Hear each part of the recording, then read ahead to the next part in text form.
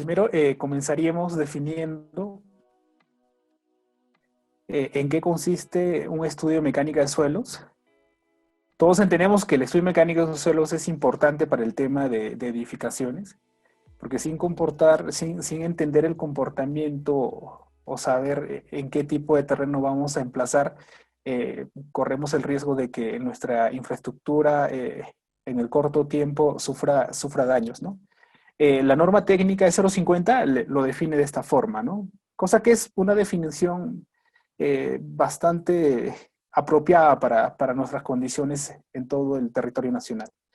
Eh, es el conjunto de exploraciones y investigaciones de campo, ensayos de laboratorio y análisis de gabinete que tienen por objetivo estudiar el comportamiento de los suelos y sus respuestas ante las solicitaciones estáticas y dinámicas de una edificación, que debe ser obligatoriamente considerado en el diseño estructural y del sostenimiento de las excavaciones durante la construcción del proyecto. Es una buena definición. Me quedo con las indicaciones de la E050 porque otras biografías como que compliquen hasta la definición de la estudio mecánica de suelos. Básicamente, en esta parte vamos a ver el comportamiento netamente del suelo, ¿no? Con pequeñas variaciones si encontramos estratos de roca. Para entender básicamente en qué consiste la evaluación que se realiza en la Oficina de Supervisión de Convenios, vamos a entender las disposiciones generales de la norma técnica E050. El objetivo de esta norma es establecer los requisitos mínimos para la ejecución de un estudio de mecánica de suelos con fines de cimentación, de edificaciones y otras obras indicadas, ¿no? Ya podrían ser obras civiles, ¿no? Los estudios de mecánica de suelo se ejecutan con la finalidad de asegurar la estabilidad y permanencia de las obras y para promover la utilización racional de los recursos.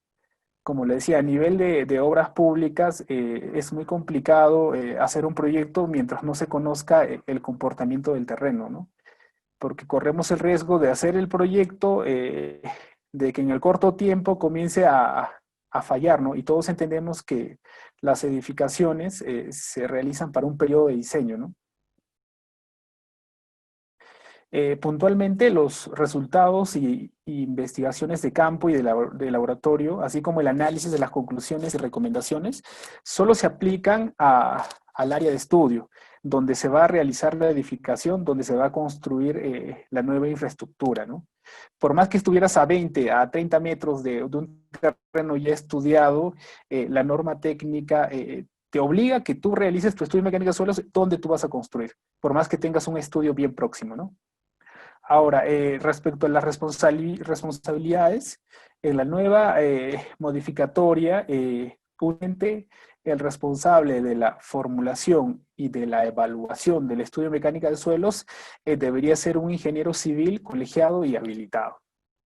Lógicamente, dentro del marco normativo, así como el que elabora el expediente técnico, en este caso el estudio básico de mecánico de suelos, y el evaluador tienen responsabilidades, ¿no?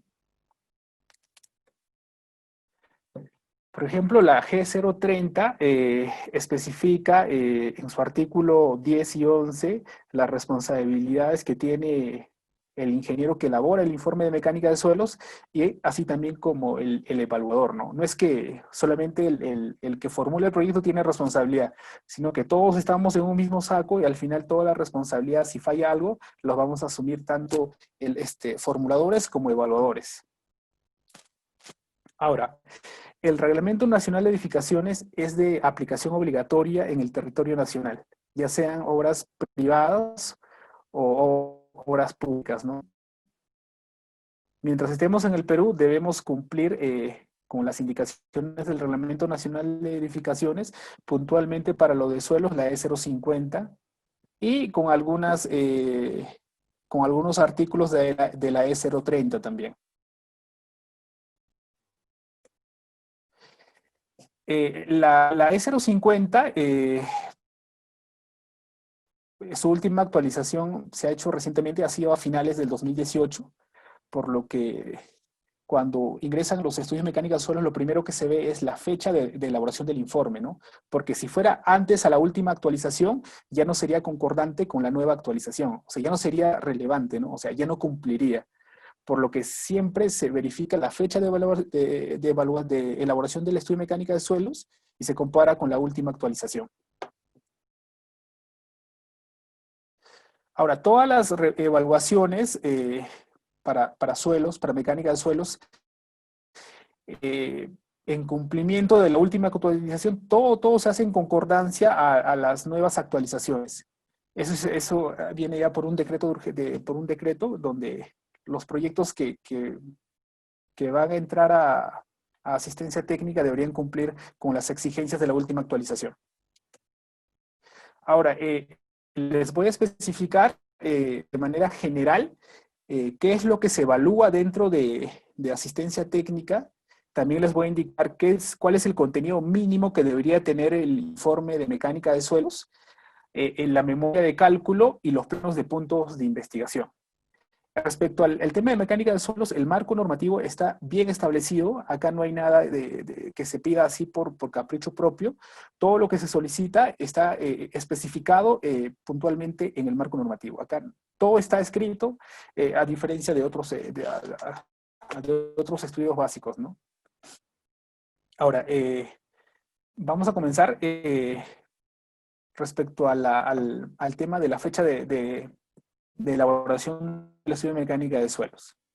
Como les mencionaba, la última actualización ha llegado en el 2018 y todos los estudios deberían evaluarse en concordancia a las exigencias de la norma.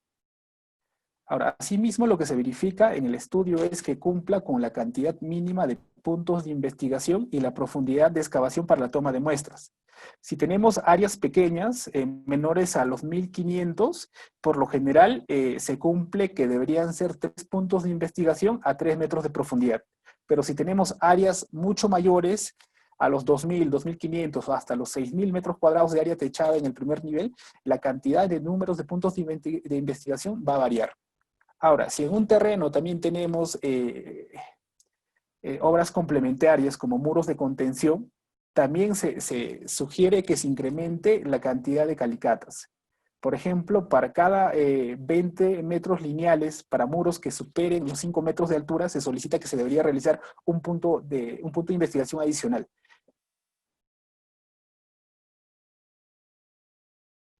Pero lo básico es verificar que cumplan 3 puntos de investigación a 3 metros de profundidad. Ya en el desagregado del análisis del estudio, ya se va a ver si amerita que se realicen más calicatas o no. Ahora, la última modificatoria nos entrega 2 tablas, ¿no? Una tabla específicamente para las pruebas de campo y otra que es obligatoriamente para los ensayos de laboratorio. Tienen algunas exigencias en algunos puntos, ¿sí? Y es de obligatorio cumplimiento para todos los nuevos estudios que se van a realizar, ¿no? Dentro del territorio nacional para entrar a detalle. Por ejemplo, nosotros en el tema de las técnicas de exploración de campo, las pruebas de campo, tenemos algunas variaciones con respecto a las normas anteriores. Por ejemplo, hay un ensayo conocido que es el tema del ensayo de cono de arena, que actualmente con la norma técnica vigente ya está excluido, ¿no? Para el tema de obtener valores para hacer los cálculos de la capacidad portante. Únicamente esos ensayos de corte de arena se van a utilizar para determinar las densidades de rellenos o controles de ingeniería, básicamente para rellenos, para carreteras, para ese tema.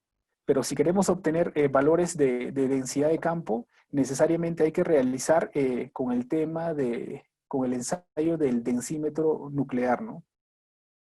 Ahora, las pruebas de campo, en teoría, son ensayos que tú realizas y tienes valores al instante, ¿no? Son ensayos in situ. El tema del cono de arena ya no es tanto de esa forma porque para obtener esos valores con el cono de arena tienen que pasar aproximadamente 24 horas. Ya no serían valores de campo, ¿no? O sea, ya prácticamente son valores que uno obtiene en laboratorio. Ahora, según el estrato que uno va a analizar, ya sean suelos arenosos o cohesivos, se realizan determinadas pruebas de campo, ¿no? Por ejemplo, para suelos arenosos se realiza el ensayo SPT para determinar las compacidades de los suelos, el ángulo de fricción interna y algunas relaciones de carga admisible. También se podría realizar para suelos cohesivos, pero no tienes valores representativos. O sea, en algunos lugares te podrían dar valores que sí valgan la pena, pero en otros lugares no tanto así, ¿no? O sea, te van a dar valores distorsionados por más que tú hagas el estudio en en una determinada área. Por lo que lo recomendable es solamente hacer ensayos SPT para suelos granulares, para suelos arenosos. Ahora, en el tema de los ensayos de laboratorio, también tenemos una pequeña variante, como la última modificatoria, donde ya excluyen que se realicen ensayos de corte directo, ¿no? De alguna forma, ahora están obligando que se realicen ensayos triaxiales bajo las condiciones que tengas en el terreno, ya sea arcillas saturadas, arcillas en nivel freático. Con esas condiciones, uno va a determinar qué tipo de ensayo triaxial se va a poder realizar dentro del área de estudio. Ahora, por un lado, cuando uno hace los cálculos respecto a la capacidad portante, a la carga admisible, con resultados que uno obtiene del ensayo de corte directo y hace el comparativo con los ensayos triaxiales y tenemos valores muy marcados, ¿no? Por ejemplo, los ensayos de corte directo para las arcillas nos dan resistencias muy bajas. Pero si hacemos para el mismo estrato, para el mismo área de estudio, con el ensayo triaxial, tenemos resistencias más elevadas. Como que de alguna forma los ensayos triaxiales nos dan mejores valores representativos que son de acuerdo al comportamiento del terreno. Pero más no con el ensayo de corte directo que tenemos ahí variaciones y no nos dan resistencias que son verdaderas, ¿no?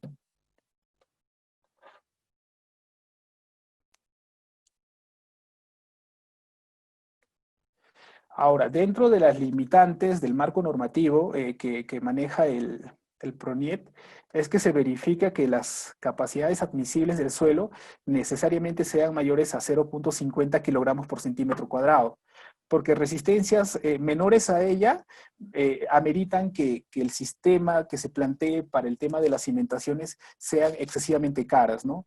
Ya sean el tema de las plateas de cimentación, ya sean de concretos, de madera, el que fuera, son sistemas no convencionales, ya son sistemas caras, ¿no?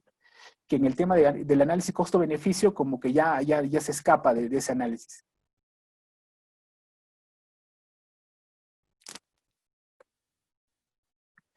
Asimismo, se verifica el tema de los asentamientos inmediatos y la distorsión angular de las edificaciones.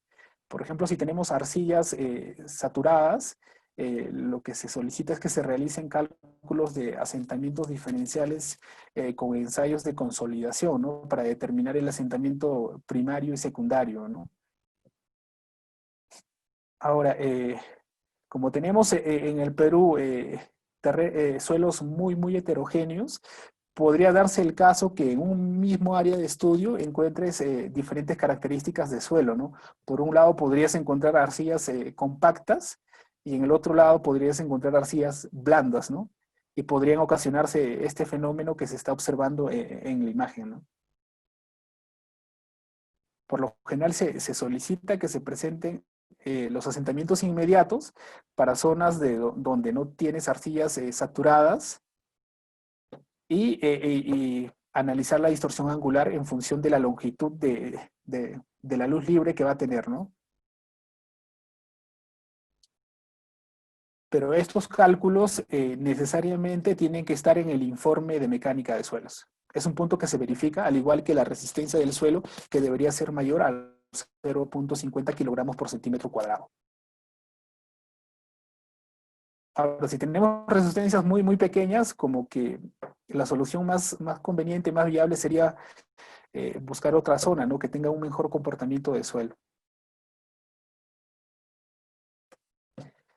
Ahora, también se solicita dentro del informe de manera general que se especifique el tema de, si es que en los puntos de investigación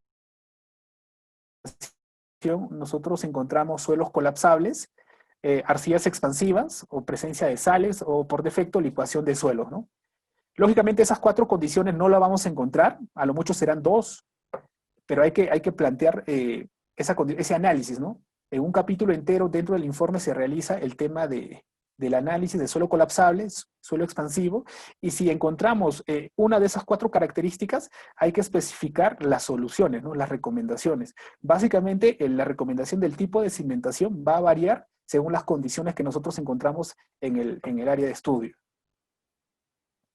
Ahora, si tenemos el tema de suelos colapsables, me imagino que la solución va a ser en reforzar el terreno de fundación, ¿no? En vibrar, en hacer falsas zapatas, no sé, utilizar geomembranas. O sea, las alternativas son amplias, ¿no? Al igual que si encontramos suelos expansivos, ¿no? En la cimentación hay que dejar algunos espacios para que la arcilla se expanda en contacto con la humedad o con el agua que podría tener. Ahora, el tema de los ataques químicos de los suelos, básicamente se realiza, o vamos a tener que determinar qué tipo de cemento se va a tener que utilizar o se va a tener que plantear, ¿no? Porque si tenemos alto contenido de sales, ya me imagino que el tipo de cemento va a ser un tipo 5 o un tipo de cemento que resista la presencia de sales, ¿no? Y también si tenemos en algunas zonas nivel freático alto, en puntos de investigación donde presentas arenas, vamos a tener problemas de licuación de suelo, ¿no? Y hay que plantear también alguna solución para ese tipo de fenómenos que se podrían presentar. Ahora, dentro del abanico de estudios que nosotros evaluamos, vienen de zonas rurales y el terreno en esos lugares no necesariamente son planas, ¿no? Tienen pendientes que varían desde 15 a 45 hasta 55. O sea, tenemos topografías escalonadas, por así decirlo. Y cuando se encuentre ese tipo de planteamientos, lo que se busca es que el planteamiento arquitectónico vaya de manera escalonada, ¿no? De acuerdo al comportamiento del terreno, para lo cual se solicita en la etapa de mecánica de suelos el tema de los parámetros para el cálculo de obras de sostenimiento. Ahora, el abanico para poder proponer el sistema de obra de sostenimiento es amplio, ¿no? Podrían ser muros de gravedad, muros de semigravedad, muros de voladizo, contrafuerte, muro de gaviones, calzaduras. Tenemos N alternativas, ¿ya? Pero los parámetros para esos cálculos se deberían presentar dentro del estudio mecánica de suelos. Ahora, lógicamente, a detalle, eso se presenta en el tema de especialidades de estructuras, ¿no? Que van a hacer el análisis a detalle. Pero en esta etapa necesitamos esos parámetros para que esos cálculos se puedan desarrollar sin ningún inconveniente. Porque en la etapa de especialidades, ninguna especialidad va a meritar que uno salga a campo, ¿no? Todo prácticamente va a ser de gabinete, porque toda la información ya se tiene levantada y recabada para solamente hacer todo el trabajo de gabinete.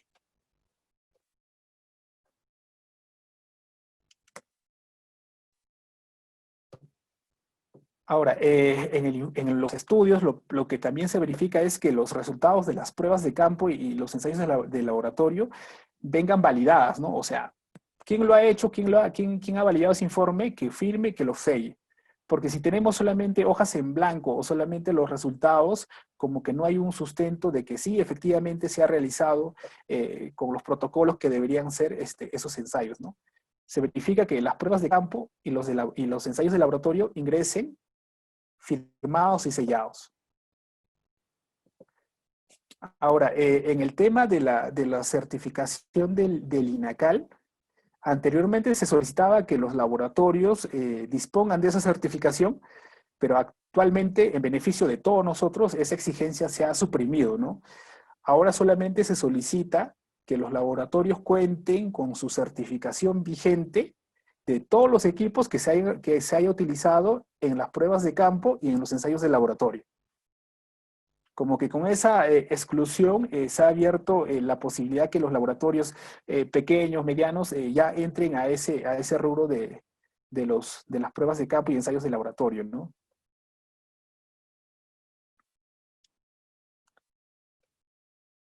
Ahora, el informe de mecánica de suelo tiene 3 puntos que se evalúan, ¿no? Uno es la memoria descriptiva, que debería contener todos los puntos especificados.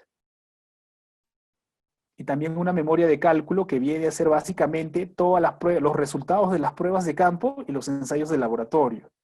Y finalmente también evaluamos el contenido de la planimetría o el plano de puntos de investigación, que vendría a ser la ubicación de los puntos en los módulos proyectados, en las nuevas edificaciones que se va a realizar, y también el plano de zonificación de acuerdo a los perfiles de suelo que uno determina en los puntos de investigación. Ahora, toda la memoria descriptiva es muy genérica. Se calcula el número de puntos de investigación, la profundidad, el tema de la ecuación que se está utilizando para el tema de la capacidad portante, la capacidad admisible, el cálculo del asentamiento, si es un asentamiento inmediato o si tenemos arcillas saturadas, asentamientos diferenciales, la distorsión angular, los parámetros para el diseño de obras de sostenimiento y también el tema de los problemas especiales de cimentación. O sea, todo ese contenido que se exige debería estar en el informe de mecánica de suelos de manera general, ¿no? Ya que en la memoria de cálculo ya se especifica los resultados que se va obteniendo de cada análisis.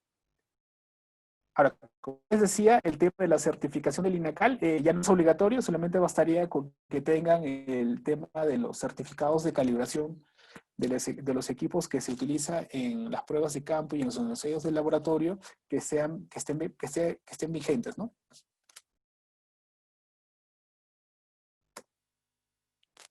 Como le decía, el contenido de la memoria de cálculo básicamente son los resultados de las pruebas de campo y los ensayos de laboratorio.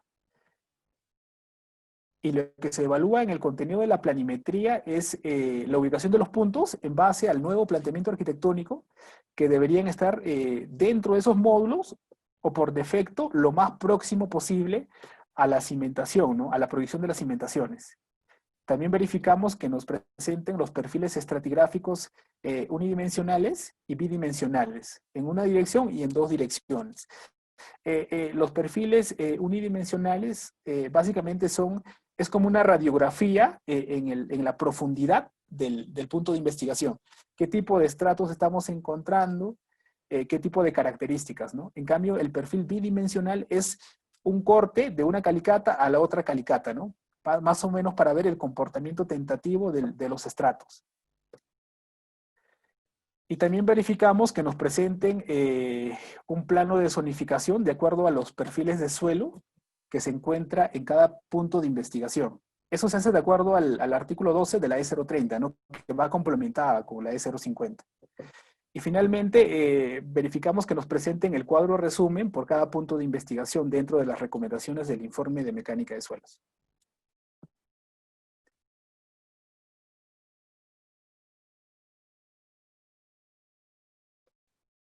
Bueno, por ejemplo, acá tenemos un ejemplo de plano de puntos de investigación donde los puntos se han ubicado fuera de los módulos proyectados, ¿no? Ni siquiera están relativamente cerca a los módulos que se van a construir. Esos puntos deberían estar dentro de esos módulos, ¿no? Porque al final el planteamiento arquitectónico, por lo general, se realiza sobre un terreno nuevo o un terreno que no está ocupado recientemente.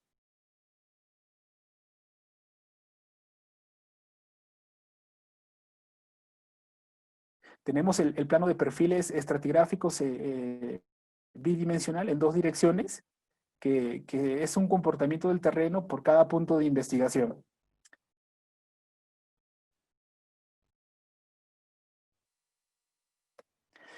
Y este plano de acá es el plano de zonificación de acuerdo a los perfiles de suelo que nos indica la E030.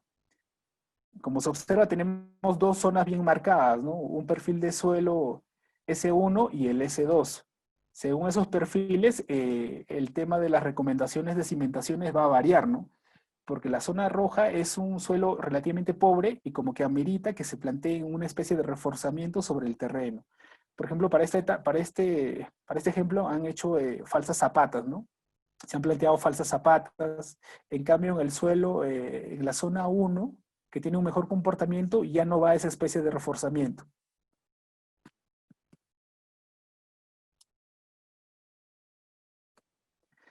Y este es el cuadro de resumen que se exige dentro de las recomendaciones que van por cada punto de investigación en su defecto, ¿no? Esto está en el anexo 1 de la E050.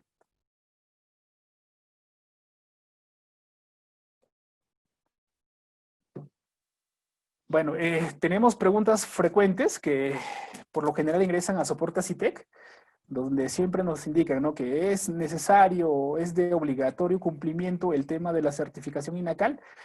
Como le decía, no, solamente bastaría que tengan los certificados de calibración de los equipos al día, que estén bien calibrados y que estén bien mantenidos, ¿no?